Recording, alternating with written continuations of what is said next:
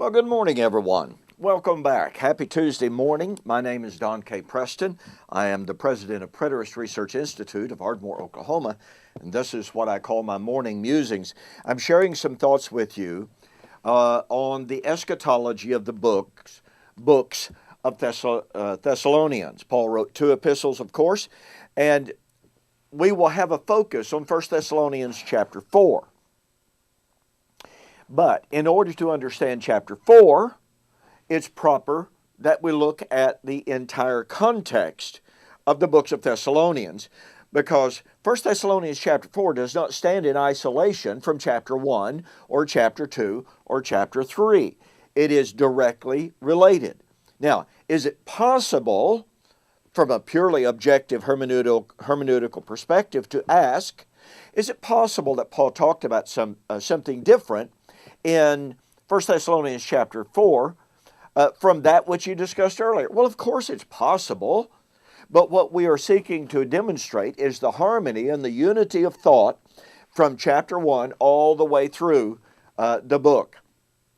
So, when we come to chapter 3, now I've already shared with you that there is a theme that Paul introduces in 1 Thessalonians chapter 1 as it relates to the coming of the Lord. That theme is suffering. That theme is pressure. That theme is the Greek word thalipsis, or translated as affliction or suffering, etc., etc. Now, he says in 1 Thessalonians chapter 1, God has delivered us from the wrath that is coming. What wrath was that? Well, I believe that wrath is the wrath that was going to be poured out as the Romans finally decided to destroy the Jews, and there was an indiscriminate persecution that could and often did affect Christians as well. And so I fail to see a delineation between those. But let's go to chapter 3. Now, keep in mind, Paul says the Thessalonians, had received the word in much affliction. Now, obviously, that affliction is not the suffering or the wrath that was coming in 1 Thessalonians chapter 2, 14 and following. But he said, he prayed, he said that you or that no one should be shaken by these afflictions. Greek word thalipsis. For you yourselves know that we were appointed for this.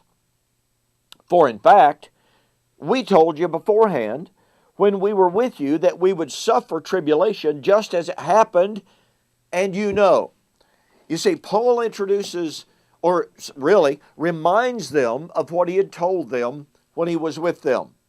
Now, we're not told specifically in Acts chapter 17, we're not given the verses in which Paul said, hey, brethren, if you obey the gospel, you're going to be persecuted. However, in Acts 14, at Lystra, Derbe, Iconium, etc., as Paul preached the gospel, he strengthened the brethren, warning them that through much tribulation, thalipsis, we must enter the kingdom. Well, the Thessalonians were suffering on behalf of the kingdom, according to 2 Thessalonians chapter 1.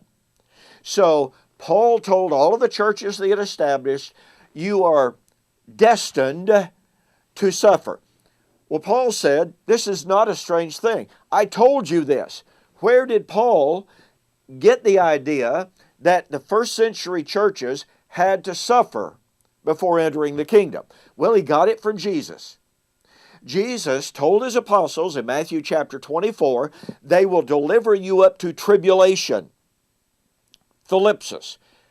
In the parallel passage, Mark chapter 13, they will deliver you up to kings, before governors, and before councils. That's the Sanhedrin councils, Sunhedron, a plural of the Sanhedrin in the Greek. So here is Jesus saying that his followers in the first century would suffer this tribulation. And he promised them, in the midst of that suffering, that when it came and they saw those events unfolding, Jesus said, when you see all of these things begin to take place, know that the kingdom of heaven is at hand. So, Jesus predicted suffering before the entrance into the kingdom. Paul told the Thessalonians, you're going to suffer. They were suffering on the behalf of the kingdom.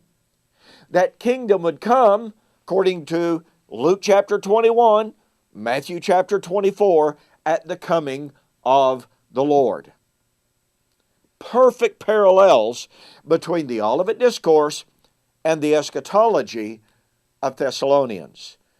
And boy, there is just so much here. And we'll look at it on the flip side. We'll see you then.